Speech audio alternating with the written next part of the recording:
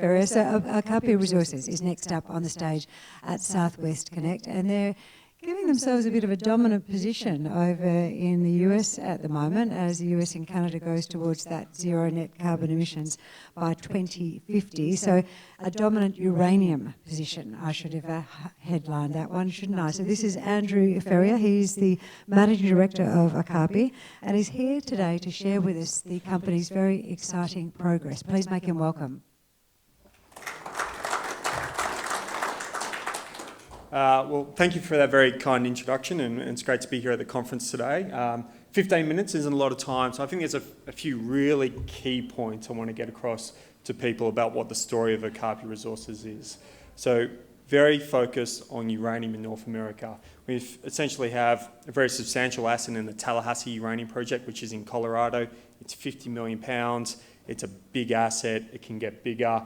We also have 60,000 hectares of exploration properties in the Athabasca Basin. And for people who don't know, the Athabasca Basin is sort of the elephant country of the uranium space. It's where the highest grade, biggest deposits exist for uranium in the world. And on top of that, we also have a gold project in New South Wales, which we just finished drilling out and had some pretty spectacular results on. So we have a lot of assets. We have a team that knows what they're doing. My background is in mining private equity. I spent 6 or 7 years living in North America, where I was directly responsible for some pretty sizable uranium investments we made in that part of the world from sort of 2011 to 2018. I was actively involved in the US uranium space.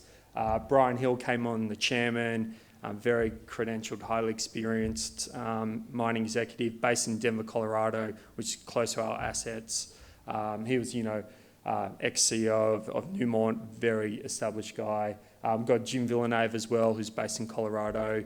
Basically, he was working with me on the Reno Creek asset, which we took from sort of pre-scoping study, pre-resource all the way through and received the final sort of NRC permit on that project. So we've got the team that's actually, very few people have actually taken a project from that position and got it permitted in the US over the last couple of decades. So we've got the team, we've got the assets. Our market cap today is relatively modest at sort of $35 million today. We've been very active on our assets over the last 6 months. Got really good substantial inside ownership, which I think is really important for shareholders looking in and trying to understand the alignment of the management team going forward. But I always like showing pictures. In the top right-hand corner is our geologist in the field up at our Newnam and Perch projects in the northeast of the Athabasca Basin. We recently put out the summary of the findings of that summer field program.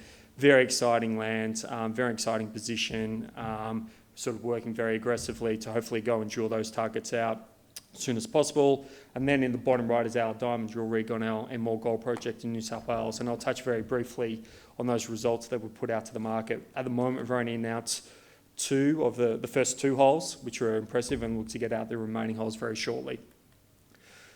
You can't talk about uranium without talking about geopolitics. It's as simple as that, and why you want to have assets in the US. And basically, this is probably the best slide that sums it up, where the US is at the moment. And a lot of people don't really understand this here in Australia, but nuclear energy still accounts for 20% of all the energy produced in the US, which is a big number when you think of the size of the US economy. But probably more importantly, it's 50% of their clean energy. So all the money they put into solar and wind over the last decades, which is billions and billions of dollars, nuclear energy is still 50% of their clean energy. And this is the country that is completely committed to clean energy going forward, and is completely committed to basically electrifying their entire, every car that's driven in the US. So this means that they're going to spend a lot of money building out and maintaining their nuclear reactor fleet. So the US consumes more uranium than any country in the world, but for a long, long time has produced very little uranium themselves.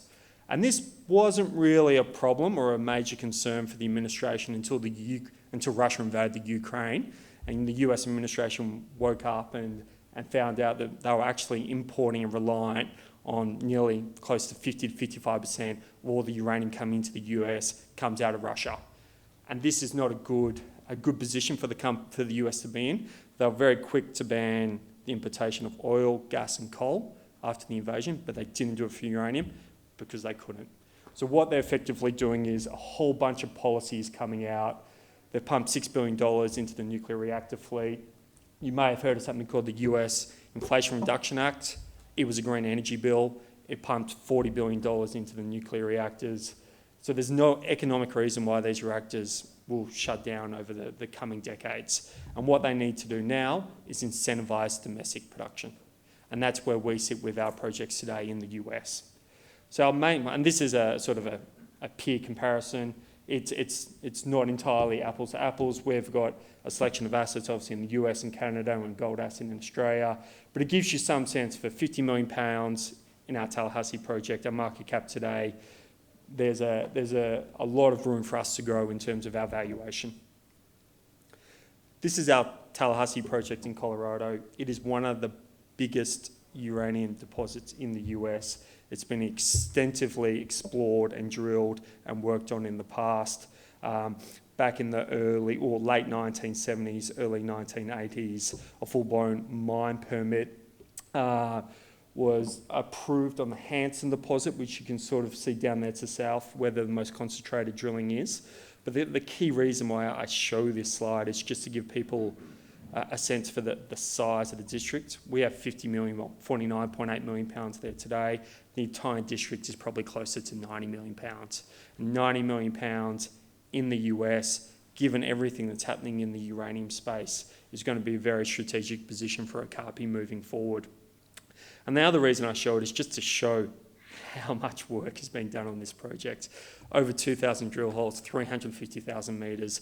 We're blessed to have nearly all this data. So the replacement cost to redo that work today would be obscene. We're obviously blessed to have that data with us today, and we're looking to actively progress this project moving forward. Some of the geology I won't spend too much time on, but just to give you the sense, it's shallow, it's high grade, it's thick mineralisations. It shows all the sort of key, when you're looking at projects, it shows all, sort of ticks all the boxes of what takes an asset at this stage and what, is something that's going to be put into the production going forward when the uranium price moves up from where it is today, which it inevitably has to do. We also have these projects in the Athabasca Basin. We picked these up earlier in the year. We picked up 6 different projects. We've already got a drill permit on Middle Lake project, which you can see out here on the left, or on the west of the Athabasca Basin. That's only 3 miles away from the old Clough Lake mine, which produced close to 70 million pounds. 15 k's away from Shea Creek mine, which has just gone under, which UEX was in a JV with, which has been bidded on and taken out by UEC. It's a very active market. UEC's also just recently bought the Rough Rider asset from Rio Tinto for $150 million. So there's a lot of movement in the Athabasca at this point in time. We're very clear in our focus and strategy in the Athabasca Basin.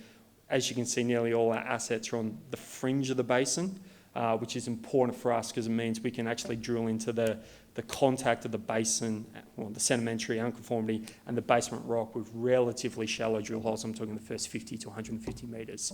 So drilling in Athabasca can be expensive. It is a remote part of the world. So being able to drill effectively and drill out your drill targets, for hitting your targets with the shortest amount of metres is really, really important. But we're very happy, working very hard on the assets. This is the Newnam and Perch projects. Been really interesting sniffs of uranium. There's 2 real clear conductive trends that run through this claim package that we have. It's a pretty substantial claim package. We've been focused out on the sort of eastern portion, really in terms of sitting there on the basement rock. We went out there and got our geos really active there. They were basically 3 weeks in the field, running around, basically taking geochem analysis, a whole bunch of rock samples. And that's really just allows us to home in and focus on what our drill priority targets are going to be. And we're in a process now of really keen to go out and drill these deposits. And this may seem a little bit contradictory, but the best time to actually drill these deposits is in the middle of winter when it's completely frozen over. It just allows easier access rather than in the summertime where it's effectively, think of as a lot of low-level swampland and it's very hard to actually move drill rigs around. So drilling in the winter is the focus here. This is our Middle Lake project, which I won't spend too much time on. So I mentioned we had our Tallahassee project, £50 million. We've got our Athabasca assets, pretty substantial claim package there. Very keen to continue to progress those assets.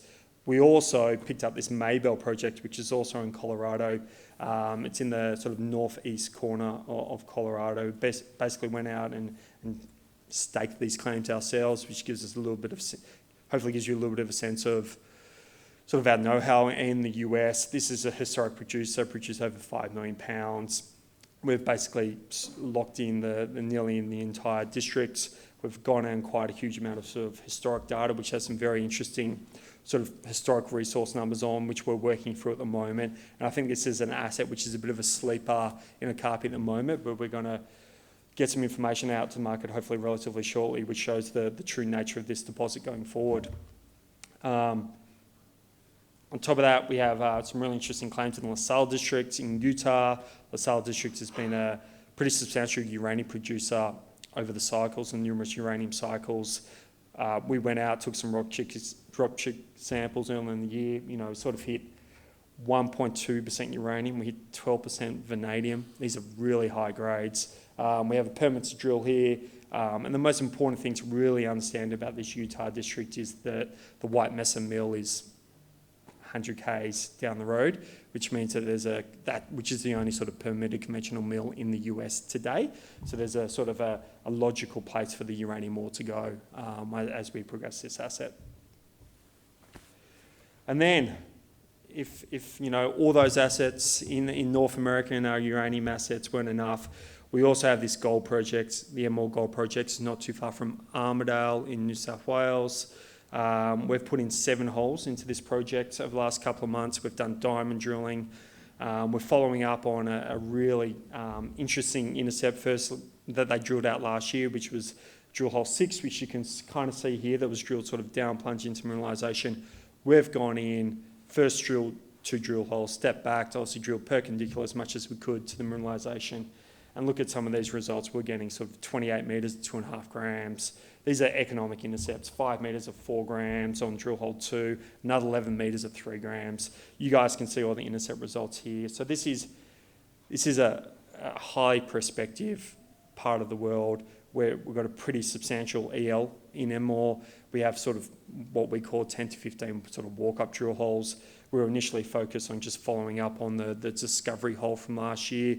We've then gone and sort of drilled down strike to hopefully sort of confirm other sort of high-grade shoots that may be in the districts. And in terms of the long-term strategy on our Emerald Gold projects, we're very much a uranium company. Uranium is going to be one of the hottest sectors going forward, given everything that's happening in the space and the desire for clean energy. You've seen Japan reverse their policy. You're about to see, I think, Germany reverse their policy. You've seen the UK come out and be very positive for uranium and nuclear. China and India are building nuclear reactors like there's no tomorrow because they understand it's the only form of clean baseload power to keep their economies running going forward. So that's essentially the Okapi story. Hopefully I've articulated to you sort of what the team is, what the team's done, what our strategy is, and why it's important to be in the uranium space, particularly in the US with US assets. So I appreciate listening to the story and happy to answer any questions.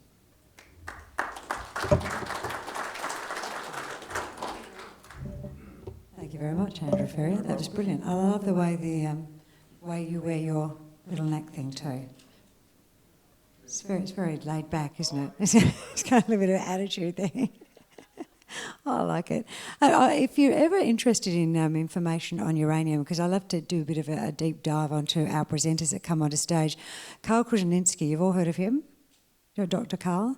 He does a great little piece on uranium. I was listening to him last week and he was talking about the short-sightedness of governments in the way that they can dispose of this mineral, which he thinks has got the answers to all the problems that we have in the world, but he's just talking about a better way of disposing of it, and he thinks that's where you should be going towards. So have a little listen to him just to back up what's being said there by Andrew.